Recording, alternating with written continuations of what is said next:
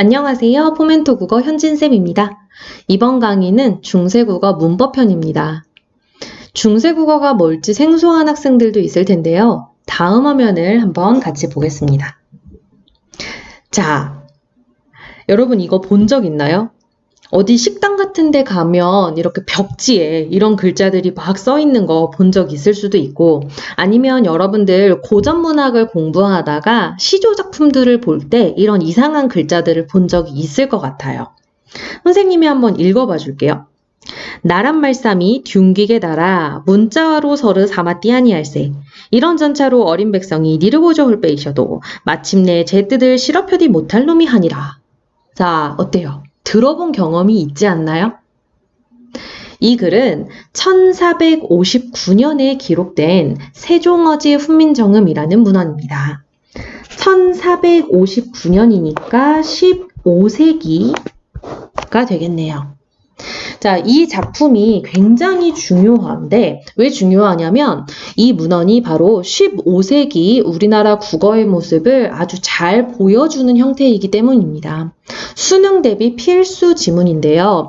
자, 여러분들 막막할 거예요. 이거를 도대체 어떻게 읽어나가야 될지. 지금 현대 국어로 써 있는 지문들도 읽기가 굉장히 힘든데 도대체 이런 조선말을 우리가 어떻게 읽어야 할지 막막할 텐데, 자, 괜찮습니다. 선생님이랑 같이 차근차근 이 시대의 문법 현상들을 같이 공부를 해보고, 그리고 이 지문을 같이 분석해보는 시간을 가지도록 할 거예요. 자, 우리의 국어는요, 고대, 중세, 근대 이렇게 세 부분으로 나뉩니다. 자, 이 중에서 사실 고대 국어 같은 경우에는 우리 한글이 창제되기 전이죠. 통일신라까지의 국어를 말하는 거기 때문에 이 시대에는 여러분들 들어봤을 거예요. 향찰, 이두, 구결 이런 식의 문자를 사용을 했는데 사실 이런 것들은 한자를 이용해서 우리식대로 사용을 한 거기 때문에 여러분들이 뭐 크게 수능을 준비할 때에는 크게 생각을 안 해도 괜찮을 수 있어요. 자, 진짜로 중요한 부분은 바로 이 부분입니다. 이 부분. 자, 보면 우리가 오늘 공부할 부분이죠. 중세국어라고 표시가 되어 있고요. 자, 우리 중세국어는 고려부터 조선 전기까지라고 생각을 하시면 됩니다. 그래서 세기로 따진다면 한 10세기에서 16세기의 국어 정도라고 생각을 하면 될 텐데, 자, 아까 봤던 우리 세종어제 훈민정음이라는 문헌이라든지 아니면 용비어천가 들어본 적 있죠? 뿌리 깊은 나무는 바람에 안 힘을세요. 어쩌고저쩌고. 자, 이 작품, 그리고 뭐 소학원회라는 작품, 뭐 이런 것들을 통해서 우리가 중세국어의 형태를 살펴볼 수 있습니다. 그리고 16세기 이후 17세기 정도 되는 이 근대국어. 이 근대국어는 여러분들이 봤을 때 현대국어와 형태가 거의 유사한 부분이기 때문에 중세국어만 제대로 공부를 해준다면 근대국어 어렵지 않습니다. 자, 그러면 중세국어를 우리가 이제 볼 텐데요. 중세국어를 공부하는 첫 번째 단계는 훈민정음이 어떠한 원리로 만들어졌는지를 아는 것입니다. 자, 우리가 현재까지도 사용하는 자음, 모음 어떻게 만들어진 걸까요? 자, 일단 훈민정음이 무엇인지, 그리고 훈민정음의 제자 원리가 무엇인지 같이 공부해 보도록 하겠습니다. 자, 먼저 훈민정음, 음의 이 의미 먼저 살펴볼 텐데요. 자, 훈민, 가르치다 라는 겁니다. 뭘 가르치냐면요, 바른 소리를요. 그래서 백성을 가르치는 바른 소리. 이게 바로 훈민정음의 의미예요. 네. 자, 훈민정음은 세종 25년인 1443년에 창제가 되었습니다. 근데 바로 창제되고 쓰인 게 아니고요. 그로부터 3년 후죠. 세종 28년인 1446년에 반포가 됩니다. 그래서 우리가 공부를 하는 그 중세국어의 문헌들은 모두 15세기 요때부터 쓰인 문헌들이라고 보시면 됩니다. 왜냐면 이때 한글이 만들어진 거니까요. 자, 이러한 훈민정음은 그럼 도대체 이 세종대왕이 어떠한 원리로 만든 것일까? 같이 이제 살펴보면요. 자, 1번 상형의 원리라고 되어 있습니다. 자, 가장 중요합니다. 이 상형의 원리가 바로 우리 훈민정음의 자음, 모음, 기본자를 만드는 원리가 되는데요. 자, 상형이라는 말은 여러분들 한문을 공부할 때도 봤을 것 같아요. 자, 상형은 뭐냐면 모양을 본뜬 글자를 우리 상형자라고 이야기를 하죠. 자, 그래서 훈민정음은 어떤 대상의 모양을 본떠서 만든 글자다. 이게 가장 기본이 되는 원리입니다. 자, 이렇게 해서 상형으로 기본자를 만든 이후에 어떻게 또 글자들을 만들었느냐? 자, 두 번째, 가획의 원리라고 되어 있습니다. 자, 가획은 말 그대로예요. 더한다, 획이라는 거거든요. 기본자를 만들고 그 기본자에 획을 더해서 또 다른 글자를 만들었다라는 겁니다. 자, 그리고 또 세 번째 봅시다. 자, 세 번째는 합용은 뭐예요? 합쳐서 사용한다 이 소리예요. 그래서 또 다른 문자를 만들 때 원래 있던 문자를 합해서 그래서 또 다른 새로운 글자를 만드는 원리라고 생각을 하시면 됩니다. 자, 이렇게 훈민정음을 만드는 세 가지 원리 반드시 기억해 주세요. 상형, 가획, 합용입니다. 자, 그러면 이 원리를 토대로 자음, 모음 어떻게 만들어졌는지 살펴볼 텐데 먼저 자음부터 보겠습니다. 자, 자음책의 표라고 되어 있고 지금 가로, 세로 한번 살펴보면 세로부터 볼까요? 자, 세로는 소리나는 위치를 표현했다라고 보여 있네요. 자, 소리나는 위치 볼게요. 어금니, 혀, 입술, 이, 목 이렇게 되어 있는데요. 자, 이거를 그러면 한번 그림으로 그려볼게요. 자, 우리 사람의 옆모습을 선생님이 한번 그려볼 텐데요. 자, 이렇게 그려보겠습니다. 자, 우리 옆에서 볼 때 사람 이렇게 생겼죠? 뒤통수가 너무 큰가요? 자, 그리고 이 안에 한번 모습을 그려볼게요. 입천장이 이렇게 있고 목구멍 이렇게 있을 것 같고요. 그 다음에 혀가 이렇게 있을 것 같네요. 그쵸? 그리고 위아래로 이렇게 이가 나 있을 것 같고요. 자, 우리 다 사람 이렇게 생겼죠? 이렇게 생기지 않은 친구들 없을 거예요. 자, 자기의 구조를 한번 잘 생각을 해보세요.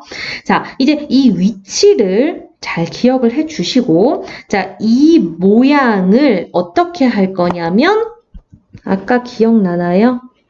만드는 원리 첫 번째, 상형할 겁니다. 모양을 본뜬다는 거예요. 자, 우리가 지금 이 사람의 옆모습을 그렸고요. 이 옆모습은 자, 가만히 생각해 보면 우리 코, 입술, 이, 혀, 입천장, 목구멍 이런 거 다 우리 뭐 할 때 씁니까? 발음기관 아니에요? 발음할 때 쓰는 애들 아니에요? 자, 이런 애들의 모습을 본뜬다라는 얘기예요. 됐어요? 자, 그러면 보자. 어금니 있는 위치를 여러분 한번 생각해 볼까요? 우리 어금니 어디 있어? 어금니 이쯤에 있지 않아요? 그쵸? 자, 그러면 이 어금니가 있는 이 위치의 모양 한번 살펴볼게요. 어떻게 생겼냐? 이렇게 생겼네요. 어금니가 있는 위치의 모양, 요런 모양으로 생겼습니다. 자, 이 모양 뭐랑 비슷해요? 기억이랑 비슷하죠. 네. 이 위치에 그래서 바로 얘가 들어가는 거예요. 자, 그 다음에 두 번째 혀소리네요. 자, 혀소리, 우리 혀는 어때? 여기에 있는 이 발음 기관들 중에서 유일하게 좀 자유롭게 움직일 수 있지 않아요? 이렇게 낼름낼름 움직일 수 있지. 자, 이 혀를 여러분 선생님이 시키는 대로 한번 움직여 보세요. 자, 이 혀를요 윗니 뒤에 한번 붙여볼게요. 붙이셨나요? 자, 이 혀를 윗니 뒤로 붙이면 모양이 어떻게 되냐면 요런 모양이 된다라는 거예요. 뭐랑 모양이 비슷해요? 이 모양이죠. 니은이 이렇게 만들어졌다라는 겁니다. 자, 다음에 세 번째예요. 입술 볼게요. 자, 여러분 입술을 우리 앞에서 보면 어떻게 생겼어? 여러분 뭐 입 움직일 때 이렇게 생겼죠. 그치? 자, 이 모양이 어떻게 생겼어? 요렇게 생겼잖아요. 우리 입을 벌리면 오, 불 벌리면 요런 모양이 된다라는 거예요. 여기서 본뜬 글자가 바로 미음이라는 겁니다. 자, 다음에 이 소리네요. 우리 이 어떻게 생겼어요? 이렇게 뾰족뾰족 이렇게 생기지 않았어요? 자, 이 모양 뭐랑 똑같습니까? 시옷이랑 똑같죠. 그쵸? 자, 그 다음에 마지막 5번째네요. 목소리. 자, 목의 모양 동그랗잖아. 우리 목구멍, 구멍 동그랗죠? 이 동그란 거에서 본뜬 글자가 바로 이응입니다. 자, 이렇게 하면 기본자 5개가 완성되네요. 어금니에 있는 이 위치, 어금니 위치를 본뜬 글자가 바로 기역, 혀의 위치를 본뜬 글자가 니은, 입술의 모양을 본뜬 게 미음, 이의 모양을 본뜬 게 시옷, 목구멍의 모양을 본뜬 게 이응입니다.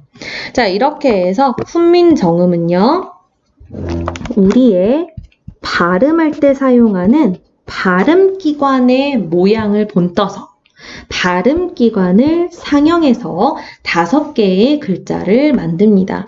자, 이 5개의 글자 굉장히 중요해요. 기본이 되는 글자이기 때문이죠. 어떻게 외울까요? 이렇게 외워볼까요? 그네미세요. 요렇게. 그래서 그네미세요. 5개. 기역, 니은, 미음, 시옷, 이응. 외워줍니다. 자, 제일 중요해요. 이게 기본이 딱 잡혀 있어야 그 다음 칸을 완성할 수 있거든요. 자, 2번째 원리 한번 볼게요. 자, 2번째 원리를 보면 뭐라고 써 있느냐? 가획이라고 써 있네요. 자, 우리 앞 페이지에서 봤습니다. 가획은 뭐였냐면 획을 더한다 라는 뜻이었어요. 자, 획을 어디다 더합니까? 우리가 방금 만들었던 그네미세요에다가 획을 하나씩 더할 거예요. 자, 더해 볼게요.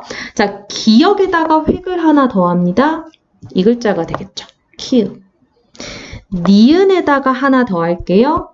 티귿. 한 개 더 더해 볼까요? 티읕. 미음에다가 획을 더할게요. 요렇게. 비읍이 되겠네요. 자, 이번에는 미음에다가 획을 옆으로도 더해볼까요? 요렇게 피읍이 되네요. 자, 이번에는 시옷에다가 더합니다. 지읒 하나 더 더해요. 치읒. 이응에다가 더해볼게요. 하나만 더합니다. 자, 처음 보는 글자예요. 그치? 자, 이따 설명하고요. 하나 더 더해볼게요. 요거는 본 글자다. 히읗. 자, 이렇게 해서 가획자를 만들어 보았습니다. 자, 가획자 보면 지금 다 우리 사용하는 글자들이에요. 여기 앞에 있는 기본자도 우리 다 사용하는 거고 가획자도 사용하는 거고, 자, 단 우리가 처음 보는 글자 하나가 있는데 얘죠. 그치? 자, 얘는 이름이 뭐냐면, 자, 얘는 작대기가 2개 있어. 얘는 하나 있어. 그치? 그래서 얘보다 얘가 조금 약해 보이지 않아요? 획이 하나 더 없으니까. 그치? 그래서 얘의 이름은 뭐냐면요. 여려요. 약해. 여린 히읗입니다. 자, 이렇게 해서 가획자를 만들었는데 우리 한번 발음을 좀 해볼게요. 자, 발음 어떻게 하면 되냐면 우리 단순히 이 자음만 가지고는 발음이 안 되잖아. 모음을 붙여서 발음을 해야 되는데 그냥 간편히 을을 붙여보겠습니다. 자, 을을 붙여보면 여기서 이렇게 발음해볼게. 느, 드, 트, 무, 브, 프, 스, 즈, 츠, 자, 얘 어떻게 발음해요? 히읗보다 여리게 발음해주세요. 흐, 흐. 자, 이렇게 발음해주시면 됩니다. 자, 그러면 여러분 눈치챘어요? 자, 뭘 눈치를 채야 되냐면 이거야. 우리 기본자를 발음하는 것부터 가획자로 발음, 이렇게 가는 요 순서에 따라서 이거 한번 생각해 보세요. 소리의 세기가 어떤지 한번 생각을 해봐. 자, 다시 해볼게요. 크크, 느드트, 무브프, 스즈츠, 으흐흐. 어때요? 소리의 세기가 점점 어떻게 진다? 세진다. 요거 파악하셨어요? 자, 그럼 여기에서 우리는 굉장히 중요한 사실을 하나 발견하게 됩니다. 점점 가면 갈수록 소리의 세기가 세진다라는 것은 우리 이 가획자를 하면서 획을 더할수록 어떻게 된다? 소리의 세기가 어떻게 됩니까? 세진다. 이거를 파악을 해주시면 된다라는 거예요. 그래서 소리가 점점 세지는 정도에 따라서 획을 하나씩 더했다라는 거. 정말 간단하면서도 과학적인 방법이라고 생각할 수 있어요. 그쵸? 자, 이제 옆에 칸으로 넘어갈게요. 자, 병서자라고 되어 있는데, 자, 이 병서 처음 보는 애인데요. 자, 얘는 어떻게 하는 애냐면요. 나란히 쓰기라는 애입니다. 자, 나란히 쓰시면 돼요. 우리가 이미 만들어 놓은 글자들이에요. 그 만들어 놓은 글자들을 나란히 쓸 건데, 자, 그럼 이렇게 나란히 쓰는 거야. 요렇게. 얘는 이렇게. 얘는 이런 글자가 있겠고요. 얘는 두 개다. 쌍시옷, 쌍지읒. 다 쓰는 글자들이죠. 자, 마지막에 지금은 안 써요. 근데 옛날에 이런 애들 있었어요. 쌍희읒. 요렇게 병서자를 만들어주면 된다라는 겁니다. 자, 근데 여기에서 이 병서자는 왜 앞에 페이지에서 기본 원리에 설명하지 않았느냐? 왜냐면 얘는 새롭게 만들었다고 보지 않아요. 왜냐? 원래 있었던 거 쓴 거기 때문에. 그래서 얘네는 그냥 이런 글자가 있었다 정도만 생각을 해주시면 됩니다. 이 병서자는요. 자, 마지막이에요. 이체자. 자, 이체. 뭔 소리냐? 이체는요, 예외적으로 만들었다라는 거예요. 자, 예외적으로. 아무리 생각해도 우리의 소리를 다 담기에는 기본자 5개, 그 다음에 뭐 가획자 6개, 뭐 이거 가지고, 6개가 아니죠. 몇 개죠? 9개죠. 이거 가지고는 우리의 소리를 다 담아내기가 좀 부족했던 거야. 그래서 이체자로 예외적으로 3개의 글자를 더 만드는데요. 자, 그 3개의 글자가 요런 애들이에요. 요렇게 사과같이 생겼죠? 그치? 그 다음에 요런 애들, 리을, 요거 지금 사용하는 애고요. 그 다음에 요렇게 생긴 애도 있었어요. 세모 아니죠. 반치음이라는 글자예요. 자, 이름을 얘는 사과가 아니고 옛 이응이라고 이야기를 합니다. 자, 그래서 옛날에는 이응이 2가지 종류였던 거예요. 어떤 이응이 있었냐면 여기 있는 그냥 이응, 그 다음에 여기는 예디응. 이렇게 2가지, 2개 다 구별이 돼서 쓰였던 글자들이에요. 기억을 좀 해주시고요. 그 다음에 리을, 얘는 그냥 뭐 리을 기억하시면 돼요. 뭐 반설음이라고 해도 되는데 그냥 리을로 기억을 해주시고요. 그 다음에 얘는 세모 아니고 얘는 뭐냐면요. 반치음. 자, 반치음 뭔 소리냐면, 자, 이렇게 쭉 따라서 왼쪽으로 가볼게요. 보면 이 위치가 치음이거든요. 이의 모양과 그 위치의 소리를 나타내고 있는 거거든요. 자, 그래서 이 발음 한번 해보면 스, 즈, 츠, 스, 즈. 자, 어때요? 이를 정말 공기가 싹싹싹 지나가면서 소리가 분명히 나거든요. 자, 그거에 비해서 얘는 소리를 반만 사용한다라는 거예요. 그래서 스, 즈, 츠, 스, 즈 이런 게 아니라 얘는 소리를 약간 좀 애매하게, 그래서 스, 스. 영어의 Z 발음이랑 비슷하다라고 생각하시면 돼요. 그래서 우리는 요거를 반치음이라고 부릅니다. 자, 요렇게 해서 우리는 자음체계표를 만들어 볼 수 있었어요. 자, 요거 다 외우셔야 됩니다. 네, 이 표 안에 글자들을 다 넣으실 수 있어야 해요. 아시겠죠? 자, 다음에 모음 보셔야죠. 자, 모음 체계표도 우리 아까 자음 체계표를 만들었던 것처럼 일단 기본자부터 이제 채워 넣어야 될 텐데, 기본자를 만든 원리는 동일해요. 상형이었어요. 모양을 본떴다라는 거죠. 자, 우리 아까 자음 같은 경우는 뭐의 모양을 본떴다? 사람의 발음기관의 모양을 본떴다. 자, 이 모음은요, 무엇을 상용했느냐? 얘를 상용했대요. 우리 성리학에서 뭐 우주를 만드는 기본 요소다. 그 3가지가 바로 천지인, 하늘, 땅, 사람이라고 이야기를 하는데요. 그 모양을 본떴다라는 겁니다. 자, 그러면 도대체 하늘의 모양을 본떠 어떻게 만들었을까? 자, 하늘 어때요? 하늘, 우주. 굉장히 뭔가 꽉 차 있는 원이라고 생각을 했나 봐요. 예전에는. 그래서 어떤 글자를 만드냐면 꽉 차 있는 원, 요렇게. 그래서 실제로 보면 사실 점 하나 찍은 듯한 모양인데요. 이 아이의 이름이 바로 아레아라는 애입니다. 여러분, 핸드폰, 뭐, 요즘 젊은이들은 다 그런, 아이폰 그 자판을 쓰기 때문에 이거 모를 수도 있는데, 좀 나이 있는 사람들은 그 천지인 자판이라고 이거 있거든요. 거기에 찍혀있는 점 하나, 그게 바로 이 아레아예요. 이것만 있으면 모든 모음을 다 만들 수 있어. 자, 그 다음 볼게요. 이번 두 번째는 땅의 모양을 본다 어때요? 땅 어떻게 생겼어? 이렇게 생겼죠? 쉽죠? 그 다음에 사람 어떻게 생겼어요? 이렇게 생겼어요. 그치? 자, 아까도 얘기했어요. 이 세 가지만 있으면 우리나라 모든 모음 다 만들 수 있어요. 자, 어떻게 만드느냐? 옆으로 가볼게요. 자, 초출이라고 되어 있네요. 자, 초출 뭐냐면 처음, 출, 나와. 이 소리예요. 자, 처음 나오고, 제출은 뭐야? 다시 나와. 이 소리야. 뭐가? 아레아가. 이거예요. 자, 굉장히 간단해요. 아레아, 이, 얘네를 이제 조합할 거야. 자, 조합을 할 때 어떻게 조합하냐면, 이렇게 조합하는 거예요. 이렇게 조합하는 거예요. 이 글자가 갑자기 어떻게 나왔냐? 자, 어떻게 나왔냐면, 보세요. 아레아가 있죠. 을을 조합하는 거야. 아레아가 있죠? 이를 조합하는 거예요. 연결하세요. 이렇게 나오죠? 오와 아. 이런 식이에요. 자, 제출은 그러면 어떻게 하냐면 제출은 다시 나온다. 뭐가? 아레아가 다시 나와. 연결하세요. 자, 아레아가 다시 나와. 연결하세요. 이렇게. 요야. 이렇게 만들어진다라는 거예요. 자, 아래의 원리도 똑같습니다. 연결. 이렇게. 얘도 마찬가지. 이렇게 해서 우리가 실제 지금 사용하는 모음들이죠. 네, 이런 애들이 만들어진다라는 겁니다. 자, 합용자는요, 간단해요. 합용 어떻게 쓴다고? 이거 아까 기본 원리에서 봤어요. 합해서 사용해요. 원래 있던 거 합칠게요.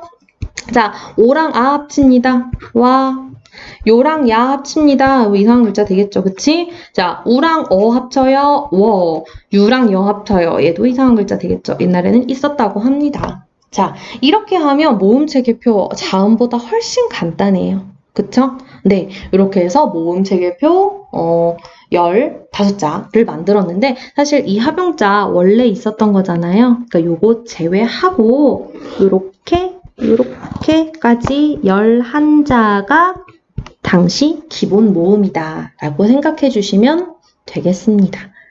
자, 이렇게 해서 모음체계표 굉장히 간단하게 봤는데 여러분 끝으로 요거 하나만 기억을 좀 해주세요. 자, 보면 하늘과 땅과 사람과 이렇게 있는데 이 옛날에 우리의 모음들은요 각각의 뭔가 기운, 성질 이게 있었대. 그래서 이 윗줄에 있는 얘네들 있죠. 얘네들.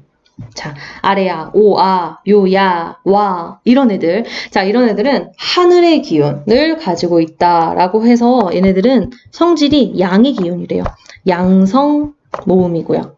그러면 두 번째 줄에 있는 이 땅의 기운을 가지고 있는 애들, 얘네들은 우, 어, 유, 여, 워 이런 애들. 이런 애들은 땅의 기운, 성, 모음이다 라는 겁니다. 그리고 마지막에 있는 이 하나 있죠? 얘는 그냥 중성모음 아무 데나 다 갖다 붙여 쓸 수 있는 애라고 깍두기 같은 존재라고 생각을 하시면 될 것 같아요. 자, 이렇게 해서 양성, 음성 왜 이야기를 하냐면 우리 뒤에 가서 할 건데 그냥 간단하게 예고를 하고 갈게요. 우리 국어의 모음은요. 성질이 같은 애들끼리 어울리는 습성이 있대요. 우리 그걸 뭐라고 이야기하냐면 모음조화 여러분들 중학교 때 다 배웠던 개념이에요. 자, 그럼 모음조화는 뭐냐면요. 간단하게 설명해서 양성모음은 양성모음끼리, 음성모음은 음성모음끼리 어울리는 형상이에요. 그래서 우리가 돌멩이를 던진다. 어디에다가? 물에다가 돌멩이 던져. 그럼 그 소리 우리 뭐라고 이야기를 하냐면 퐁당이라고 이야기를 해요. 사람이 물에 빠져요. 그럼 뭐라고 이야기해요? 풍덩. 이렇게 이야기를 해. 자, 우리 아무도 돌멩이 던질 때 퐁덩 이렇게 얘기 안 해요. 사람이 물에 빠져요. 풍당 이렇게 얘기 안 해요. 되게 어색해 얘네들. 왜 그런 거냐면 우리 모음 같은 성질끼리 어울려야 하기 때문이에요. 예를 들어 이거죠. 퐁당 어때? 양 맞죠? 풍덩 이런 식. 이게 바로 모음조화라는 거예요. 그래서 이 모음조화에 대해서는 우리 이 시대 중세국어 시기 때부터 시작해서 지금 현대국어까지 이어지고 있는 문법 현상이잖아요. 굉장히 중요한 현상이기 때문에 여러분 기억을 좀 해주시면